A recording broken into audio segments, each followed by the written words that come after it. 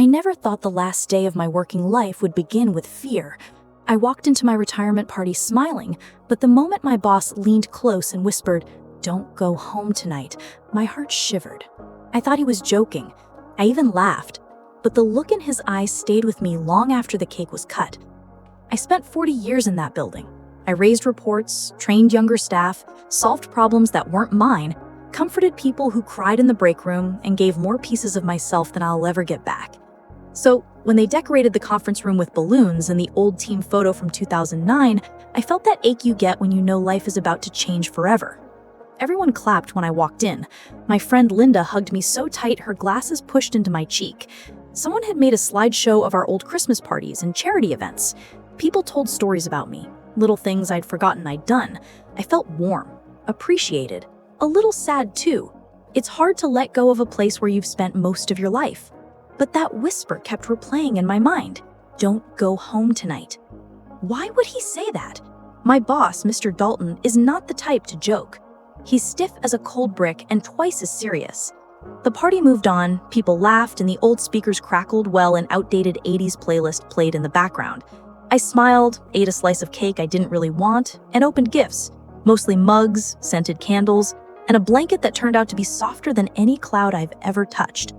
But all the while I kept glancing at my boss. His hands shook every time he lifted his cup. He kept checking his phone. He barely spoke. Once when our eyes met, he looked away so fast it made something cold slip down my spine.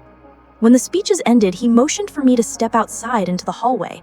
The lights there were dim, humming faintly, like tired bees. He adjusted his tie, cleared his throat, and looked around as if afraid someone might be listening. "There are things you don't know," he said. "What kind of things?" I forced a smile, trying to lighten the moment. "You trying to scare a woman on her last day?" He didn't smile back. "I'm telling you this because it's your last day," he said quietly. "Because after tonight, whatever happens, it won't involve the company." I felt my stomach drop. What's going to happen? He opened his mouth, closed it again, and shook his head. "Just listen to me. Don't sleep in your house tonight. Don't be there, not at any hour." I let out a soft laugh, the nervous kind that slips out when you don't know what else to do. Why would I not sleep at my own house? But he stepped back, hands raised, as if the conversation was already over. His voice trembled. "Please, trust me." Then he walked away, and I stood there feeling suddenly small. I tried to brush it off. Maybe he was stressed. Maybe I misunderstood. Maybe he had some odd superstition. Retirement brings strange behavior out of people. But when I returned to the room, everything looked different. Brighter, louder, too cheerful. Like a movie set I'd suddenly stepped out of. I made myself smile through the rest of the event. I hugged everyone goodbye, took my potted fern and my box of memories, and walked out of the building for the last time. The sunset was orange and soft. A warm breeze brushed my face. Everything looked peaceful. So why did my hands shake as I unlocked my car? On the drive home, I kept telling myself I wouldn't do anything dramatic. I would go home, make some tea, relax, maybe watch a movie. I was tired, emotional, overthinking. When I reached my street, the sun had slipped behind the houses. The first porch lights blinked on. My little white house stood there, quietly, waiting for me, like it had every evening for the last 17 years. I pulled into my driveway and sat there for a moment, staring at my own front door, wondering what exactly could be wrong, wondering whether I should trust that whisper, wondering if I should just book a hotel for one night to be safe. That's when the headlights appeared behind me. A slow, crawling car. Dark windows, no sound except the soft crunch of tires on gravel. It didn't pass. It stopped in front of my house. A cold wave rose up my spine. Then the police stepped out. 2 officers, hands on their flashlights, one of them calling my name before I even opened my door. "Ma'am, we need to speak to you urgently." My breath caught, and suddenly that whisper didn't feel like a joke at all. Subscribe to this channel, and tell me in the comments where you're watching from. I want to know how far this story reaches. The moment the officer said my name, my fingers froze around my car keys. It's strange how fast your mind can create disasters.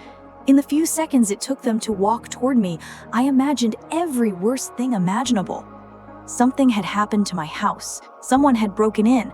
Maybe a fire, maybe a neighbor saw something. My heart was beating so hard it felt like someone knocking inside my chest. "Ma'am, please stay where you are," the taller officer said as he reached my car. His face was calm, but his voice wasn't. There was tension, like he was trying to hold back something bigger. I live here," I said softly. "We know," the second officer replied, "and we're asking you not to go inside right now." Not go inside? The exact same warning my boss had whispered hours earlier? A cold tremor moved through me.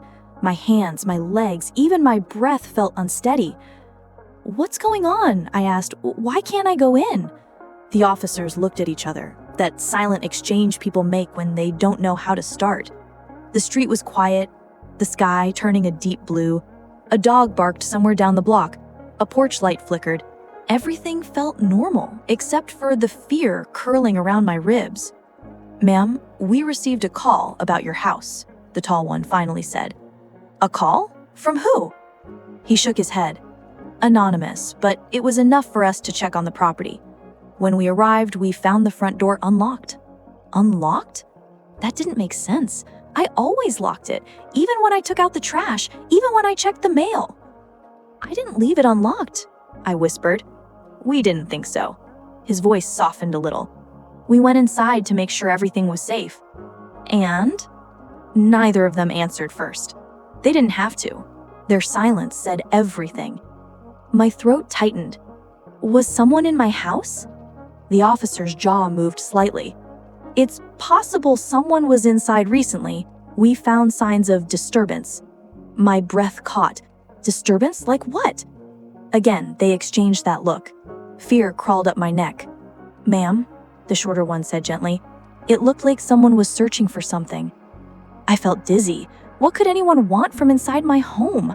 I had no valuables, nothing unusual, just old furniture, photos of my children, books, papers, my normal little life. "Did they take anything?" I asked. "We're not sure yet, but something tells me this wasn't a normal break-in." My heart dropped. "What do you mean, something tells you?" The tall officer nodded toward my porch. "You should see for yourself in a moment, but before that, there's something we need to ask you." I swallowed. "Yes? Has anyone threatened you recently? Anyone at work? Anyone upset with you?" My boss's whisper crashed into my mind again like a hammer. "Don't go home tonight." I blinked, trying to understand. Was he trying to protect me, or was he part of this? I couldn't tell. My stomach twisted, unsure if I was supposed to trust him or fear him. "My boss said something strange today," I murmured, more to myself than to them. "Strange how?" asked the officer. "At my retirement party, he told me not to come home tonight." I thought he was joking, but both officers stiffened a little. "Why would he say that, ma'am?" the tall one asked. I don't know," I whispered. "That's what scares me." The breeze picked up, rustling the tree branches above us. A loose paper swept across my driveway. The night felt darker now, heavier, as if the shadows were holding secrets I didn't want to hear. "Ma'am," the shorter officer said kindly, "we need you to step out of the car and come with us. There's something inside your living room we want to show you." My hand hesitated on my seatbelt. "Is it safe?" He said, "We're here. We won't let anything happen." I opened my door slowly. My legs felt weak as I stepped out. The porch light flickered again, casting strange shapes across the front of the house. The officers walked beside me, one ahead, one behind, like they were guiding someone fragile. When we reached the front door, the faint smell hit me first. Not smoke, not gas. Something else, something metallic and cold. The door was slightly open. The frame looked untouched. The officers must have left it that way after searching. The tall one looked at me. "Just be prepared," he said softly. "For what?" I asked. He pushed the door wider. The living room lights were on, and my whole world tilted. My sofa cushions were ripped open, papers were scattered across the floor, my drawers were pulled out, their contents thrown everywhere. A picture frame lay shattered under the coffee table. My wedding photo, the one I kept in the center of the room. But none of that was what made my breath leave my body. It was the message on the wall, written in bold red letters I couldn't understand at first. Then it sunk in. "Don't trust him." My knees went weak. "Who wrote that?" I whispered. The officers didn't answer because none of us knew who him meant. My boss? Someone else?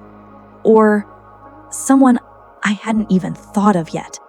Subscribe to this channel and tell me in the comments where you're watching from. I want to know how far this story reaches. I stood frozen in the middle of my doorway while the officers scanned the room again, checking corners, checking behind furniture, checking places no normal person would think to look. My home, the place I always return to for comfort, felt like a stranger's house now. It didn't feel warm. It didn't feel safe. It felt like someone had peeled away the walls and looked directly into my life. That message on the wall pulled at me like a cold hand. Don't trust him. The words were large, uneven, rushed. Red. The kind of red that makes you think of danger before anything else. My heart banged against my ribs.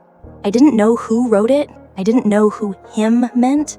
All I knew was that it wasn't a random break-in. Someone wanted me to see that warning. The taller officer stepped beside me. "Ma'am, please don't touch anything yet. We want to document every detail." I nodded. My voice wouldn't come out even if I tried. I looked around slowly, trying to understand the scene piece by piece. Whoever had been inside didn't just toss things around. They dug. They searched deeper than anyone innocent ever would. My drawers were not only open, they were emptied. My letters, my tax papers, my old bills, even my birthday cards were scattered across the carpet. Someone had read pieces of my life, and they were looking for something. What could they possibly want? I whispered to myself. Then we all heard it. A soft crackling sound. The officer quickly raised a hand. "Stay here." He stepped toward the hallway, flashlight raised. The second officer followed, hand resting near his holster. My skin prickled. Every second felt like its own hour. I couldn't breathe. I kept staring at the message, my heart climbing up into my throat. What if the person was still inside? What if they were hiding in a closet? Under my bed? Behind a door? I swallowed hard. Minutes passed. It felt longer. Finally, the officers returned. "No one inside," the shorter one said. "House is clear." I let out a shaky breath, though it didn't feel better. "You said you heard something," I murmured. "Heat vents settling. Old houses do that when doors open." Maybe he was right, but my gut didn't ease. The taller officer moved closer to the wall with the message, examining it under his light. He said, "This isn't paint, it's marker. Thick tip permanent marker. Someone wrote it fast." "Do you recognize the handwriting?" he asked. I stepped closer, my hand covering my mouth. The letters were jagged, sharp edges, strokes overlapping. It wasn't familiar. Nothing about it stirred a memory. "No," I whispered. "I've never seen writing like this." He nodded. "Who has access to your house? Anyone with a spare key?" My chest tightened. I hesitated. My son, Daniel, he has a key, and my sister does too." "Anyone else? A neighbor, a repairman, landlord?" "No, just those two." The officers wrote that down. Meanwhile, I looked back at the message again. Don't trust him. The ink was still glossy in some spots. Whoever wrote it hadn't been gone long. The shorter officer moved toward my coffee table and paused. "Ma'am, did you leave this here?" I followed his gesture. On the table, surrounded by the chaos, lay a folded envelope. Crisp, clean, placed deliberately in the center, like someone wanted me to find it. My stomach flipped. "No," I breathed. "That's not mine." He put on gloves and opened it slowly. My heart pounded as I watched the paper slide out. It wasn't a letter. It was a photograph. "What is it?" I asked, my voice trembling. The officer turned it around so I could see. I felt my knees weaken again. It was a photo of me, standing at my office, taken through the glass window of the break room. And on the back of the photo, a date. yesterday. Someone had been watching me. Someone close enough to take a picture without me noticing. Someone who knew where I worked and where I lived. The officers exchanged a tense look. "This wasn't a random intruder," the taller one said. "This is personal." I stared at him, feeling a cold wave wash through my whole body. And then he added, "Ma'am, we need to ask again. Are you sure no one has threatened you? No disagreements, no issues at work, nothing unusual?" I opened my mouth, but all I could think about was the whisper at my retirement party. "Don't go home tonight." And suddenly, there was only one name spinning through my mind, whether I liked it or not. My boss, Mr. Dalton. I didn't know if he was trying to protect me, or warn me, or hide something from me, but for the first time in my life, I realized something terrifying. I didn't know who I could trust. Subscribe to this channel and tell me in the comments where you are watching from. I want to know how far this story reaches. I sat down slowly on the edge of my torn sofa, careful not to touch anything the officers hadn't examined yet. My hands were shaking. My breath felt thin. Everywhere I looked, I saw pieces of my life scattered, like someone had blown a hole through the quiet I used to call home. The officers continued to take photos and gather small bits of evidence, but my mind stayed stuck on one thing. Don't go home tonight. Why would my boss say that? Why whisper it? Why look so afraid? I kept replaying the moment from my retirement party, his eyes shifting, his hands trembling, his voice low and tight like someone watching the ground crack under their feet. "Ma'am," the shorter officer said gently, pulling me back, "we need to ask a few more questions before our unit arrives." I nodded weakly. "When you left work today, did anything unusual happen? Anyone following you? Any strange cars? Anyone watching you?" "I didn't see anything," I whispered. "But I didn't look either. I didn't think I needed to." He scribbled that down. The taller officer knelt near the envelope on the coffee table, studying the photo again. The image still made my stomach twist. My face frozen mid-step, my bag half on my shoulder. Someone had taken that picture at close range. "Ma'am," the taller officer said, "you mentioned your boss earlier. What exactly did he say?" My throat felt tight. "He told me not to go home tonight." "Did he explain?" "No, he just whispered it and walked away." The officers exchanged a look again, softer this time. Concern mixed with something else. Maybe confusion, maybe fear. "Do you believe he meant it as a warning?" the taller one asked. "I don't know," I admitted. "He didn't look like he was joking, but he didn't explain. He seemed scared." "Scared of what?" I shook my head. I asked myself that all evening. The officers fell silent for a moment. Outside, a car drove past, its headlights sweeping through the window. The house felt colder, as if the walls were holding on to whatever had happened here earlier. Then the shorter officer crouched beside me. "Ma'am, we're going to be completely honest with you. This situation doesn't look random. Someone came here with intention, someone who knew your schedule, someone who wanted you gone before they arrived." My breath caught. "You mean someone wanted me out of the house?" He nodded slowly. "And someone else wanted you to stay away." The two messages didn't fit together. One person searching, another person warning me. Two different intentions. Or worse, two different threats. The taller officer moved closer to the wall where "Don't trust him" was written. He pointed with his flashlight. "Ma'am, do you recognize the style? Any coworker, any family member with handwriting even close to this?" "No," I whispered again. He sighed quietly. "It doesn't match the style of someone calm. Whoever wrote this was in a hurry, maybe panicking, maybe trying to leave a message before someone else came back." I closed my eyes, trying to stop the shaking. "Ma'am," the shorter officer said, voice gentle, "we need the names of everyone you work with closely, especially the ones who knew it was your last day." The list formed in my head and the names felt heavier than they ever had before. Linda, Brian, Martha, the new interns, and of course, Mr. Dalton. The officers wrote them down.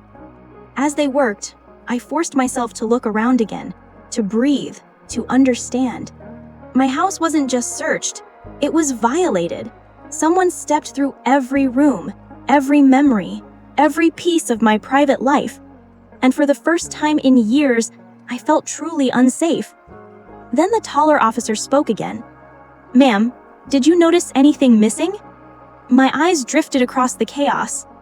Clothes still there, books still there, jewelry, cheap sentimental pieces, still in the open box, wallet, phone charger, laptop, even my purse from this morning was untouched. Everything valuable was still here. "What was taken?" he repeated. I swallowed. "Nothing I can see." The three of us stared at each other, and the fear settled deeper. Because if nothing was stolen, then whoever broke in wasn't looking for objects. They were looking for information, or for something only I could identify.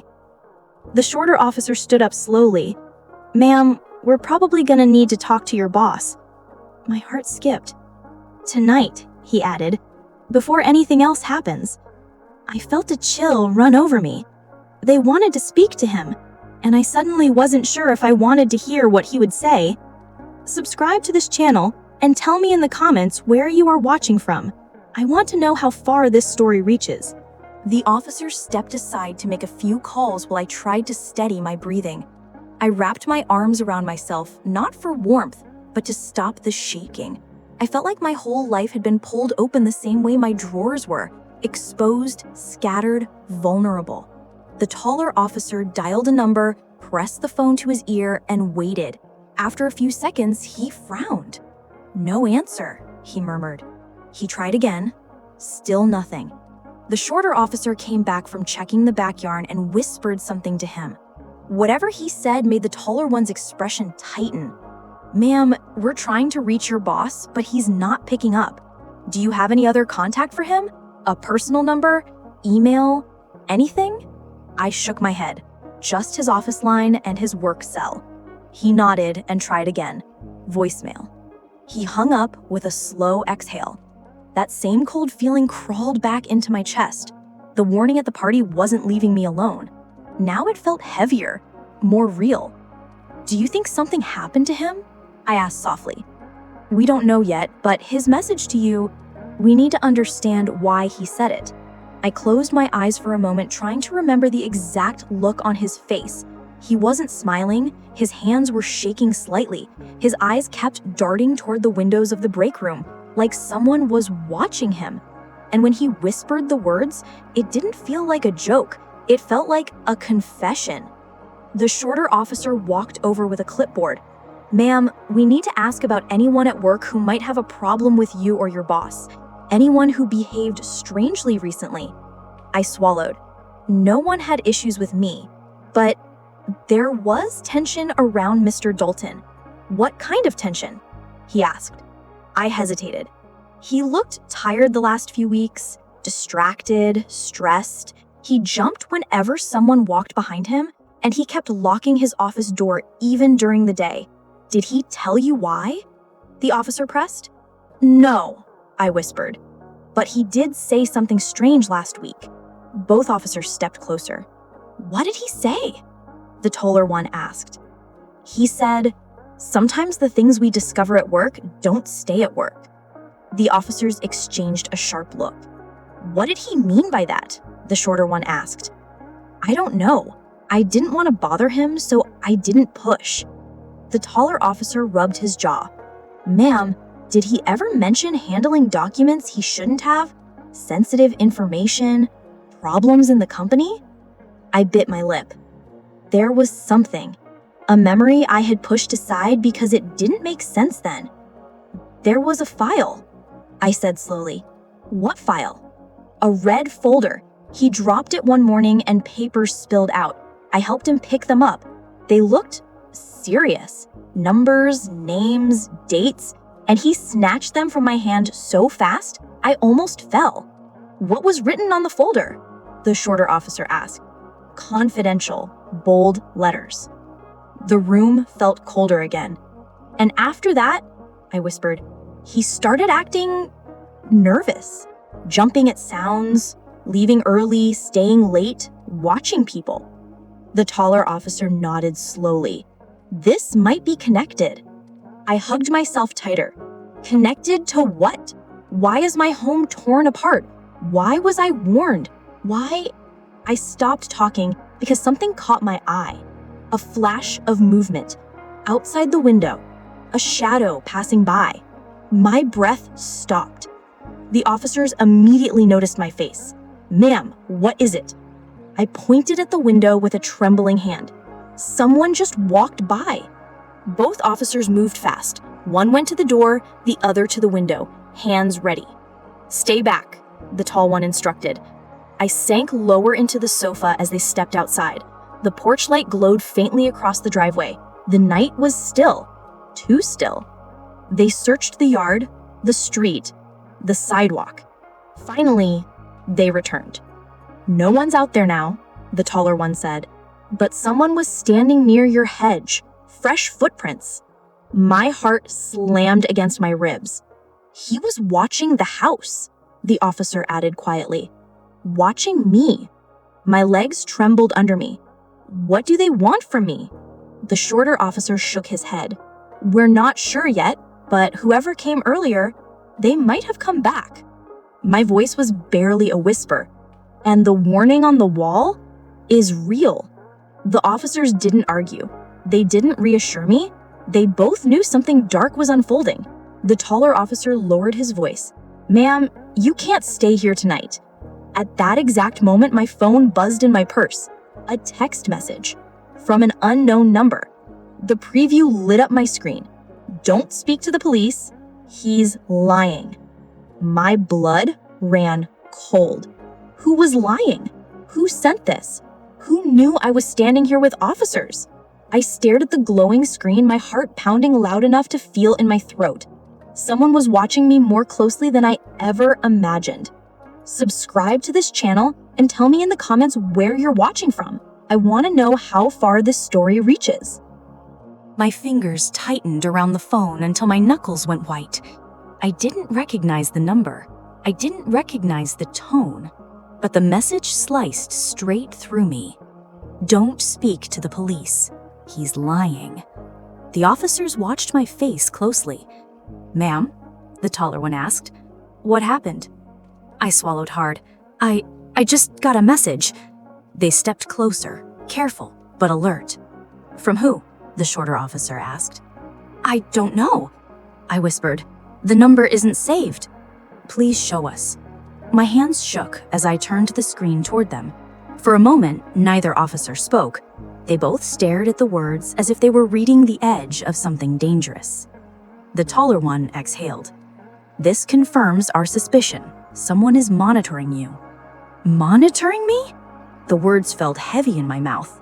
But why? How? I'm just a retired woman. I don't have anything worth watching. The shorter officer looked at me with gentle eyes. Ma'am, sometimes people end up in danger without doing anything wrong at all. I felt tears gather, but I blinked them away. Fear was already taking enough from me. I didn't want it to take my strength too. When did you get this? He asked. Just now, seconds ago. That means the sender is close. Close enough to see the police with you. Close enough to know what's happening inside. My legs went weak. Close as in outside? I whispered. Possibly. I didn't want to imagine a person standing in the shadows of my yard, watching, listening, waiting. My heart thudded against my ribs so hard I could feel the pulse in my neck. Ma'am, the shorter officer said, we're going to trace the number, but it may take time. I nodded, though I barely heard him. My mind kept circling the same questions. Who's lying? Which he did they mean? The officer? My boss? Someone entirely? I didn't know who to fear anymore. I need you to tell us if anything else strange happened recently. Anything at all, the taller officer said. My throat tightened. There was something. 2 nights ago. Both men leaned in. I heard someone walking on my porch. Slow steps. Heavy. I turned on the light and looked through the peephole. No one was there. Did you report it? No. I thought I imagined it. I was tired. The taller officer shook his head gently. It wasn't your imagination. A new wave of fear washed over me. The officers exchanged a look again, low and tense. I noticed their eyes flicked toward the windows, the shadows outside. Whatever they were thinking, they didn't want to say it out loud. The shorter officer finally broke the silence. Ma'am, there's a chance that whoever broke into your home wasn't here to steal anything. They might have been waiting. I felt my breath catch. Waiting for what? He hesitated. For you. My knees almost buckled. Dear God! The taller officer quickly stepped forward. We're not saying this to scare you. We're saying it because you need to understand how serious this is. My voice trembled. What should I do? You're coming with us. We'll keep you safe tonight. I looked at the torn-up rooms, the message on my wall, the picture on my table, and for the first time ever, my house didn't feel like home. It felt like a trap I'd accidentally walked out of. Get your purse and anything you need immediately, but don't wander anywhere alone. We'll follow right behind. I stood up slowly, my knees stiff, my legs trembling. I walked toward the hallway where my bedroom was. The officers stayed close. But as I stepped inside the room, something felt wrong. Different. My bed was still messy from the morning. My clothes were in piles where they'd been thrown. The lamp was knocked over. But that wasn't what stopped me. Something had been placed on my pillow. A small, black USB drive, right in the center. I stared at it, feeling the blood drain from my face. The taller officer saw it at the same time. He stepped in front of me, his voice low and sharp. Don't touch it. The shorter officer moved closer, kneeling beside the bed. This wasn't here before. I checked earlier. And neither did we see it. Someone put this here recently. Very recently. My heart pounded harder. The taller officer breathed out slowly. This is a message. The shorter one nodded. Or a threat. I hugged my arms around my body, trying to stay steady. My voice felt small. Why is this happening to me? The taller officer didn't look away from the USB drive. Because someone wants your attention. I stared at the tiny black object like it was alive. And then the shorter officer said something that chilled me to the bone. Ma'am, someone was inside your home again while we were here. I wasn't ready for what waited behind that door. I thought I was. I told myself I was brave enough, steady enough, calm enough to face whatever truth had been hiding in my own home. But the moment my hand touched the knob, something inside me trembled like a frightened child. My breath came slow and shaky. My chest felt tight. And when the door finally swung open, everything inside me went quiet. My living room looked different. Not messy, not touched, just wrong. A strange stillness hung in the air, like the room had been holding its breath all night. The lamp near the sofa was turned on, even though I never leave it on when I go out. My favorite blanket, the one I always fold neatly before bed, was draped over the arm of the couch like someone had pulled it off in a hurry. My coffee table had a single glass of water on it, half full, cold, recently used. That's when the little hairs on my arm stood straight up. Someone had been inside my house. Someone might still be inside. My first instinct was to back out, close the door, and run to the police car parked on the corner. But something held me in place. Maybe it was the anger I had been swallowing all evening. Maybe it was the fear tightening itself around my ribs. Maybe it was exhaustion. I don't know, but I walked inside slowly, trying to steady my breath. My voice sounded small when I spoke. Who's here? Silence. Is someone here? Again, silence. But I could feel it. The presence of something or someone unseen. I placed my keys quietly on the table. My hands were cold. My heartbeat echoed in my ears. Every step sounded loud against the wooden floor.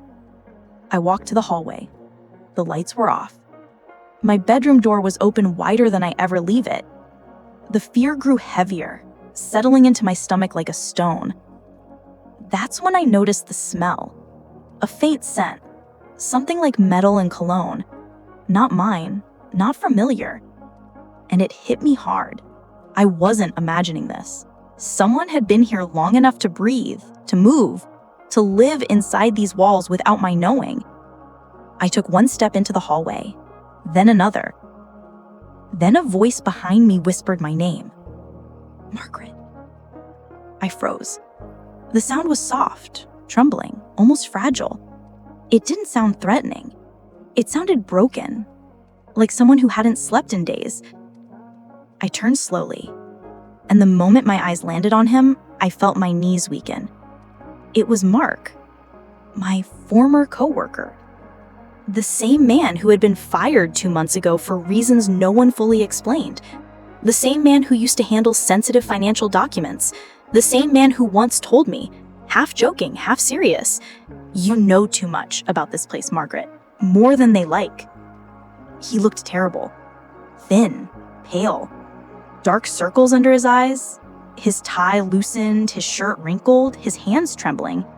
He wasn't holding a weapon, but his eyes were full of fear. Not fear of me, fear for me. "What are you doing in my house?" I whispered. He took a shaky breath. "I didn't mean to scare you. I didn't know where else to go." "They're watching me." "Who?" I asked. He swallowed hard. His eyes darted toward the window, like someone might be listening. "The same people watching you." My throat tightened. "Mark, you broke into my home. That's not something—" "I didn't break anything," he said quickly. "The back door was unlocked. I'm sorry. I panicked. I needed to warn you before they—" He stopped. Footsteps sounded outside. Heavy. Slow. Purposeful. We both looked toward the front door.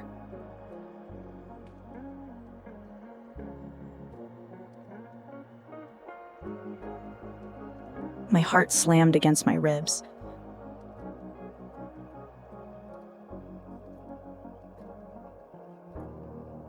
Mark held up a shaky hand. "Listen to me, please. I know what your boss told you tonight. I know why she said it. She's afraid. We all are. They set us up. Me first. Now you." I whispered. "Set us up for what?"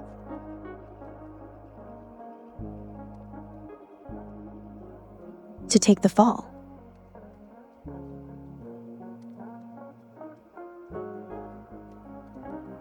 "For the missing money, for the transfers, for the offshore accounts in your name."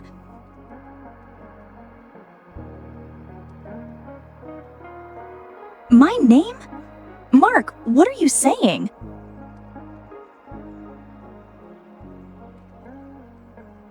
He stepped closer, lowering his voice to a desperate whisper. "You're the only one who knows where the files are, and they think you kept copies. They want those documents gone forever.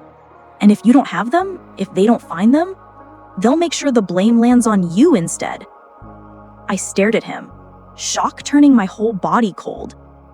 That's when 3 loud knocks hit my front door. Not polite, not friendly.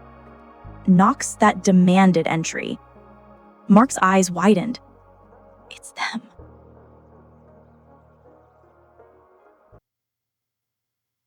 Mark's hand gripped mine tight as we ran down the narrow hallway. Every step echoed. Every creak of the wooden floor sounded like an alarm. My heart was pounding so hard I thought it might burst through my chest. I kept looking behind me, half expecting someone to be right there, stepping through the doorway after us. "Where are we going?" I whispered, my voice shaking. "The back exit," Mark said quickly, his eyes scanning the shadows. "There's a small service door behind the kitchen. It leads to the alley. It's our only way out." I nodded, too terrified to speak. I could hear heavy footsteps and muffled voices behind us now. They were inside the house. They weren't polite. They weren't waiting. They were hunting. As we passed the living room, I froze for a moment. The message on the wall, "Don't trust him," glowed faintly in the dim light. Whoever had written it had been inside recently. I realized then that everything was connected. The boss's warning, the break-in, the threatening text. Someone had been planning this for a long time, watching me, calculating every move. Mark pulled me forward again. "Come on, we don't have time." I followed him into the kitchen. My breath caught as I saw the back door slightly ajar. A faint light from the alley outside spilled in, showing muddy footprints on the floor. Whoever had been tracking me had been sloppy here. Lucky for us. We stepped outside, trying to stay low. The alley was narrow, dark, and smelled faintly of wet concrete. Every shadow looked like a person ready to grab me. I could hear my own ragged breathing, the pounding of my heart, and something else. Footsteps behind us. "They're close," Mark whispered. I wanted to scream, but I didn't. I knew it would only draw attention. We ran faster, our shoes slapping against the wet ground. My legs were burning, my lungs ached, but I couldn't stop. I couldn't. Not when I had no idea what would happen if they caught me. We rounded the corner and saw the street. Empty. Silent. Too silent. But there, parked a few yards away, was a small, unmarked car. Mark nodded toward it. "That's your ride, the one I arranged. Hurry." I looked at him. "Arranged? What do you mean?" "No time to explain," he said, urgency in his voice. "Get in, trust me." I didn't hesitate. I ran toward the car and opened the door. It was empty. Engine running, keys in the ignition. Whoever had set this up had known I'd need it. Whoever was helping me was careful. Mark followed me and jumped into the passenger seat. The moment I started driving, I felt a sliver of relief. Just a sliver. I kept glancing in the rearview mirror, half expecting shadows to emerge from the alley. "Where are we going?" I asked, my voice trembling. "Safe place," Mark said. "Somewhere they won't find us tonight. We can figure out the rest later, but for now, you have to trust me." I swallowed hard, tears blurring my vision. Trust. After everything that had happened, trust felt impossible. And yet, I had no choice. We drove through the empty streets, streetlights flickering above us. I tried to make sense of the chaos. The boss's warning, the break-in, the threatening text, the message on the wall, the photo, and now Mark. Everyone I thought I knew seemed to be part of a puzzle I couldn't solve. Mark pulled me over and lightly touched my arm. "I know it's a lot, but we have to get to safety first.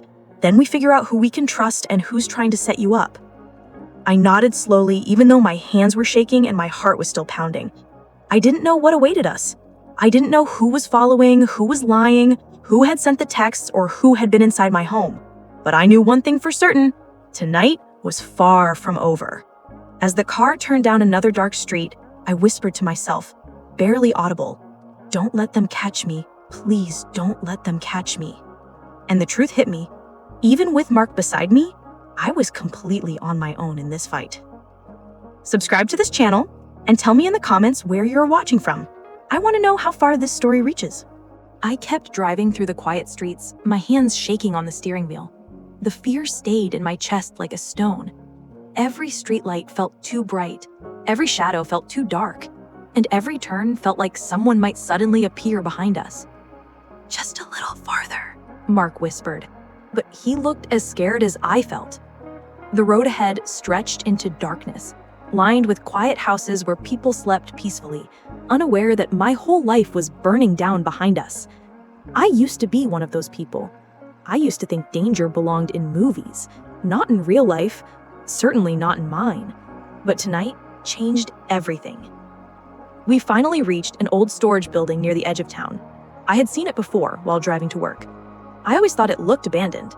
Mark told me to park behind it, away from the street. I killed the engine and the sudden silence felt heavy, almost painful. "Is this the safe place?" I asked. Mark nodded. "For now." The cold night air wrapped around us as we stepped out. The gravel crunched under our shoes. My heart still hadn't slowed down. Every sound made me jump. Mark led me toward a metal side door that looked ancient. He unlocked it with a key I didn't even see him take out. Inside, the room was dim and dusty. A small table, 2 chairs, some old boxes. Nothing else. He shut the door behind us and finally faced me. "Margaret, we need to talk." I sat down slowly. I could barely keep my voice steady. "Start explaining everything." He took a deep breath and began. "You remember the reports you handled last year? The ones with the offshore accounts?" "Yes," I whispered, "but those were private project funds, confidential." He shook his head. "No, they weren't. They were illegal transfers. Large ones. I found out by accident, and when I raised a question, they fired me. They said I hacked into systems." I stared at him, shockwaves hitting me one after another. "Why didn't you tell anyone?" He tried, but every person I turned to was connected to them. My voice dropped. "Who is connected to who?" He swallowed. "Your boss and her boss and the people above them. A whole chain, a whole system." I felt my stomach twist. "But what does this have to do with me?" He looked at me like he wished he didn't have to say it. "You were the only one who handled the backup records. You were the safest person to blame if things went wrong. A clean reputation, a nice quiet life, a perfect target." I felt the air leave my lungs. He continued. "They forged your signature on several documents.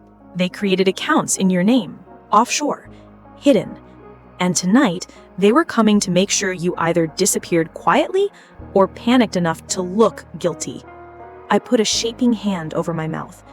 That warning at the party, the text message, the photo, the break-in, the men at the door, all of it was connected.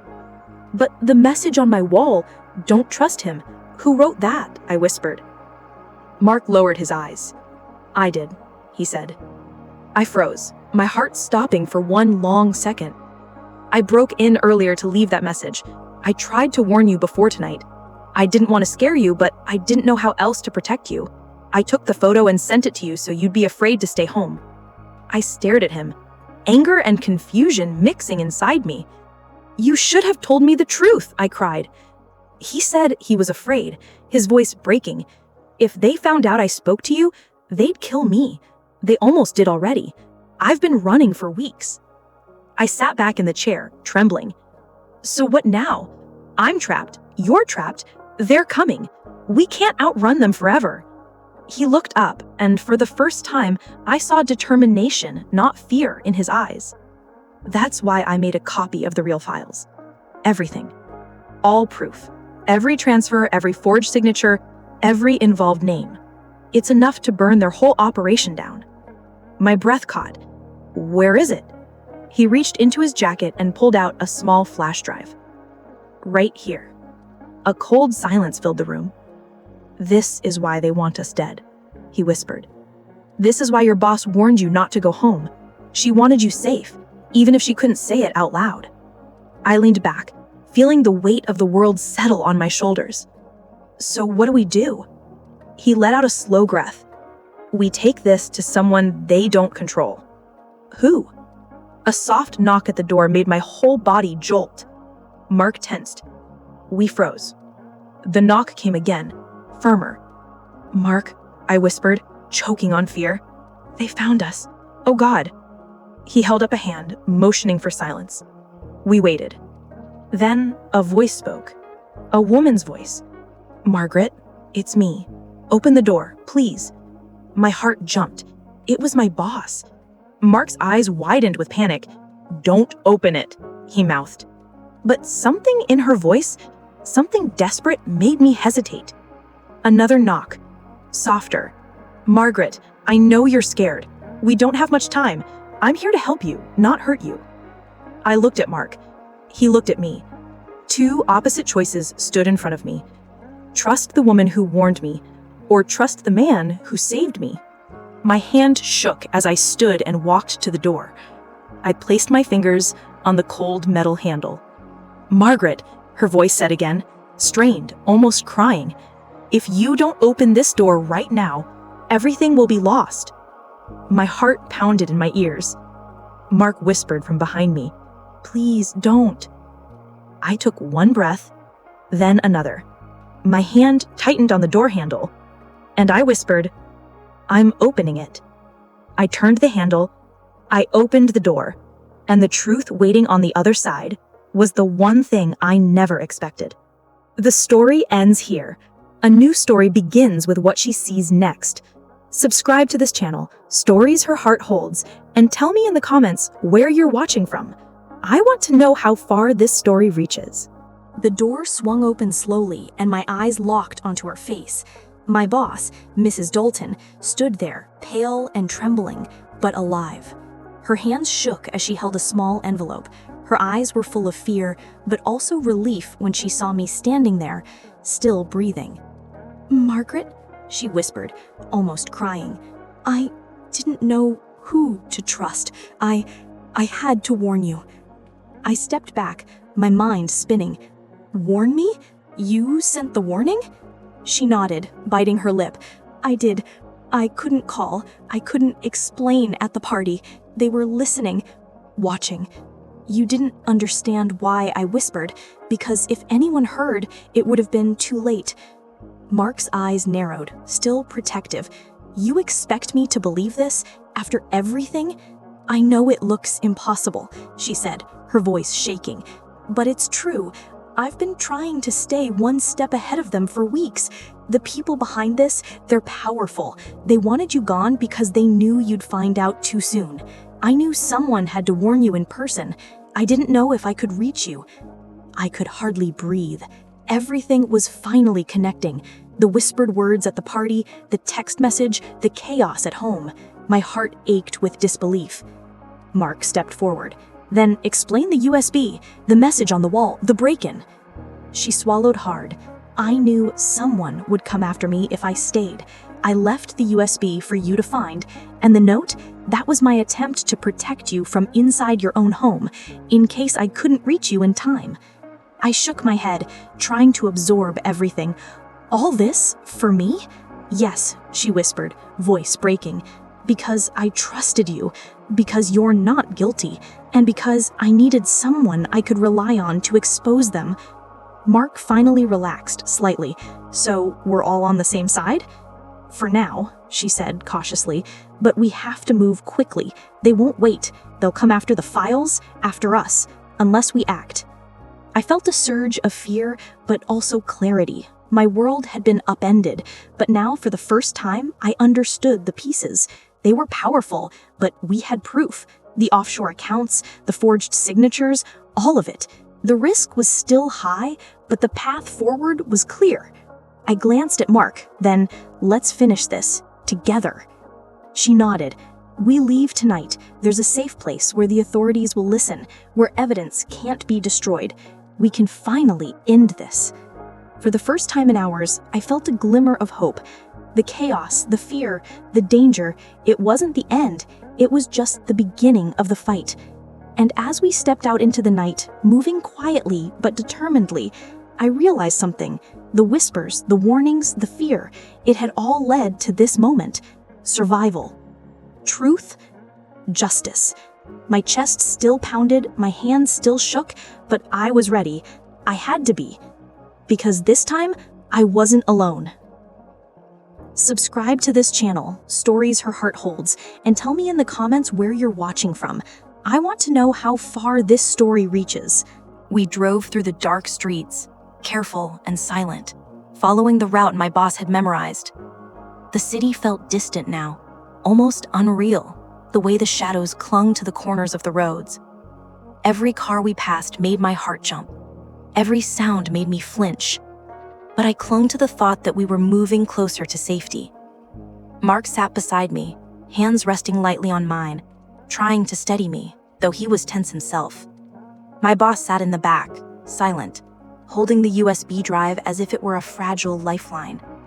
Finally, we arrived at a small, nondescript building. No lights on, no signs. A place that seemed completely ordinary, except that it wasn't. This was the safe house, the place where no one could reach us unless we let them in. As we entered, a team of plainclothes authorities waited, carefully scanning the area. Relief washed over me like a wave. I was safe, for now. Inside, they set up a table. The USB drive went under the bright overhead light, and the officers began examining the data. The tension in the room was unbearable. Every second stretched endlessly. Then, finally, one of the investigators looked up. His eyes were serious, almost grim. This is enough. Enough to bring down everyone involved. Every account, every signature, every hidden transfer. Whoever set this up will face consequences. I exhaled slowly, finally letting myself feel the weight of relief. But then my boss spoke, her voice trembling. We need to be careful. They know we're here. They'll try again if we act rashly. Mark's jaw tightened. We can't just hide forever. We have to confront them, expose them fully. The lead officer nodded. We'll coordinate it. A controlled confrontation. No one acts alone. We're bringing them in. All of them. I felt a surge of adrenaline. My fear had not gone, but it was replaced by determination. This was the moment to reclaim control. Hours later, everything was set. Cameras were installed, authorities were in place. My boss, Mark, and I were prepared. The people responsible, those who had tried to manipulate, threaten, and endanger us, did not know we had allies watching. The moment came. The front door opened, and a familiar figure stepped in. My former boss, the one who whispered the warning at the retirement party, followed by her accomplices. They looked confident, almost smug. But the authorities moved quickly. Orders were shouted, officers stepped forward. Cameras caught every detail. My heart pounded, but I didn't flinch. I stood tall, clutching the USB, knowing that the truth was finally in my hands. One by one, they were exposed. Their schemes, their threats, their plans to frame me, all came to light in a flood of undeniable evidence. Shock registered on their faces as they realized the tide had turned. I watched, breathing hard, as justice unfolded in real time. All the fear, all the sleepless nights, all the chaos, it had led to this. And finally, it was over. The people who had haunted me, the shadows that had followed me home, the whispers and warnings, they were gone. Mark stepped forward, looking at me with relief. You did it. We did it. I nodded, tears finally streaming down my face. We did it. My boss came to my side, her voice soft. You're stronger than anyone realized. I'm sorry I couldn't explain sooner, but I always trusted you. I smiled weakly, exhausted but alive. It doesn't matter. We survived. That's all that matters. Outside, the night air felt different. Quiet, calm, safe. And for the first time in hours, I felt the tension lift from my chest. The nightmare was over. But the lesson stayed. Sometimes danger comes when you least expect it. Sometimes trust must be earned carefully. And sometimes the people who appear to warn you are the ones who hold the key to your survival. For the first time, I could breathe, truly breathe. And I knew I would never take the ordinary safety of home for granted again. Subscribe to this channel, Stories Her Heart Holds, and tell me in the comments where you're watching from. I want to know how far this story reaches. The morning sun felt soft against my face, warm but gentle, almost forgiving. I sat on the small balcony of the safe house, a cup of coffee in my trembling hands, and for the first time in days, I felt like I could breathe without panic racing through me. The nightmare was over. The danger that had stalked me, that had broken into my home, that had whispered threats and left shadows in every corner, it was gone. And yet, my heart still ached. Fear leaves a mark deeper than any physical wound. I could feel it in the tightness of my chest, in the way my hands shook slightly when I lifted the cup to my lips, in the restless rhythm of my thoughts. I kept replaying everything that had happened. The party, the whispered warning from my boss, the messages, the break-in, Mark, the USB, and finally the confrontation. Every moment was vivid, sharp, impossible to forget. Mark stepped onto the balcony, his eyes soft but alert. Coffee? He asked, offering me his own cup. I nodded, taking it gratefully. Thank you for everything, I whispered. He shrugged, though there was a warmth in his smile. You survived. That's enough credit for both of us." I let a small laugh escape me, shaky but genuine. It felt strange to laugh after so many hours of fear, but it was necessary. Laughter is proof that life continues, that hope persists. We sat in silence for a while, listening to the faint hum of the city beyond the safe house, the quiet moments that I had longed for but never experienced during the chaos. I realized how fragile life could be, how quickly everything you take for granted, your home, your routine, your sense of safety, can be stripped away. My boss joined us, holding a folder filled with documents. "The authorities are processing everything. They've already started questioning everyone involved. Your name will be cleared entirely, Margaret. You'll be safe." I nodded, swallowing the lump in my throat. Relief mingled with exhaustion. It still feels unreal, like I woke from a dream I can't quite shake off. "That's normal," she said softly. "But you've shown courage. You've done what most people wouldn't. You survived a situation designed to destroy you, and you came out stronger." I looked out at the city again, the sunlight spilling over rooftops, the world continuing without knowing the terror that had unfolded in just a few short days. I thought of my home, my retirement, the peaceful life I had expected to have, and the way everything had shifted. But despite the fear, the tears, the nights I spent unable to sleep, I felt something stronger. Gratitude. Gratitude for the people who had risked themselves to protect me, gratitude for the courage I had discovered in myself, and gratitude for the chance to finally close the chapter on the nightmare that had begun on my retirement night. Mark caught my gaze and said quietly, "It's not over. Not really. But the first battle is won." I nodded. Yes, the first battle. But I'll survive the rest. I have to. I want to live without fear. I want to live again.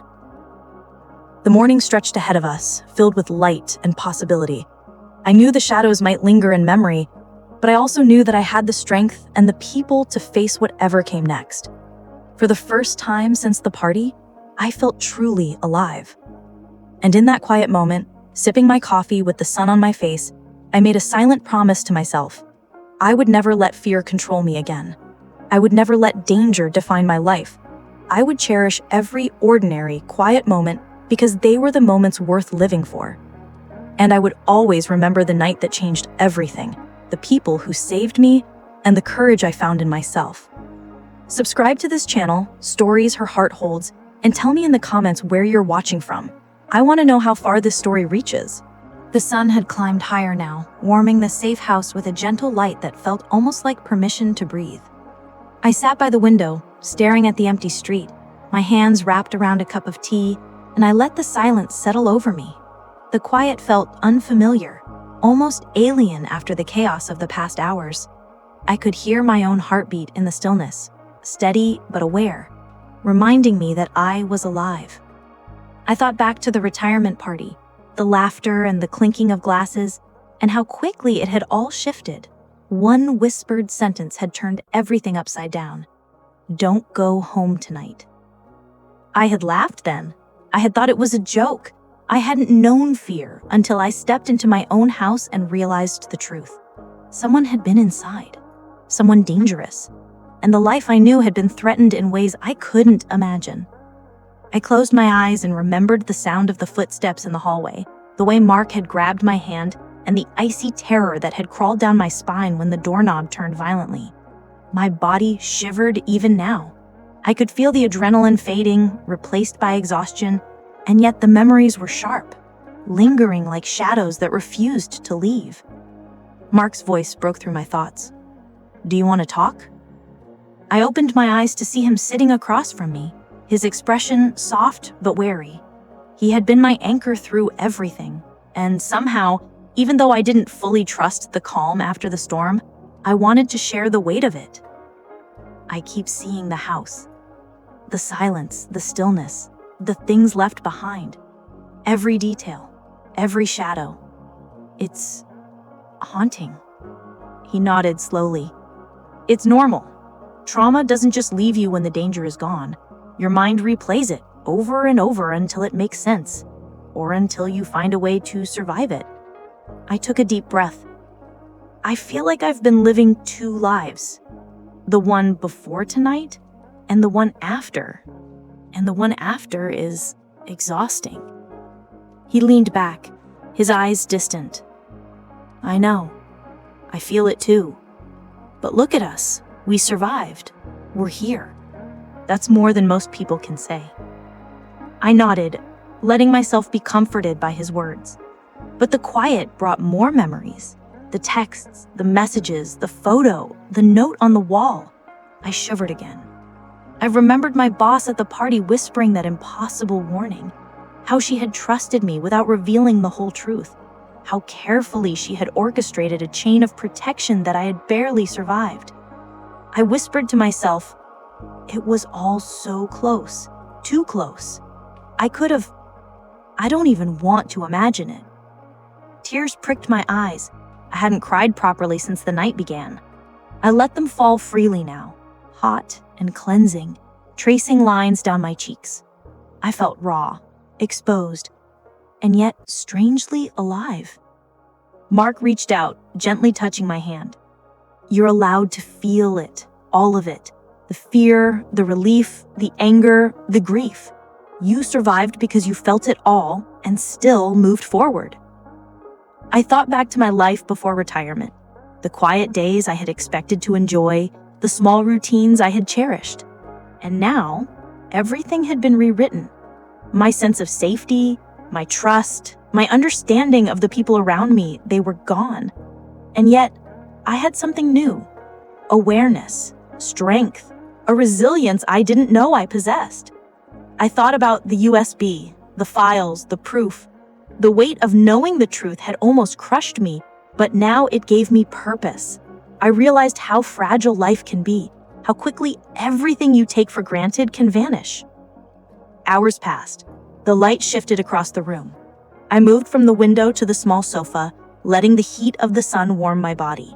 I let myself replay the final confrontation, the controlled exposure, the authority figures, the faces of the people who had tried to manipulate me.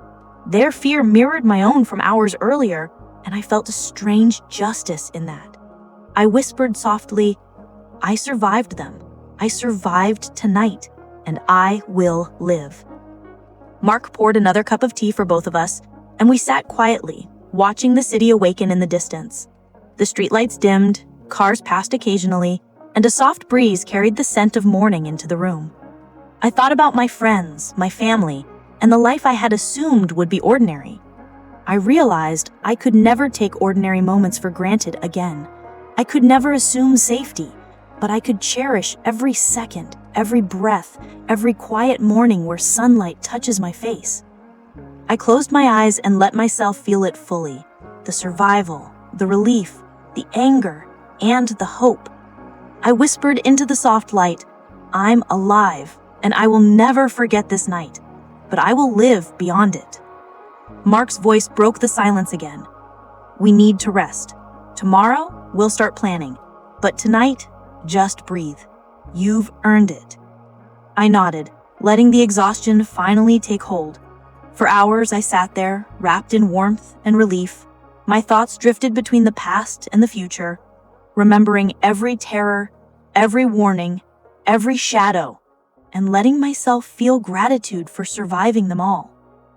And as I closed my eyes, I knew one thing for certain. I would never forget this night. Not the fear, not the betrayal, not the courage it took to survive. But I would also never forget the life waiting for me beyond it. The quiet moments, the laughter, the trust, and the safety I would fight to keep. Because tonight had taught me something the world had never shown me before. Fear is temporary. Courage is eternal. And surviving it is the truest story of all.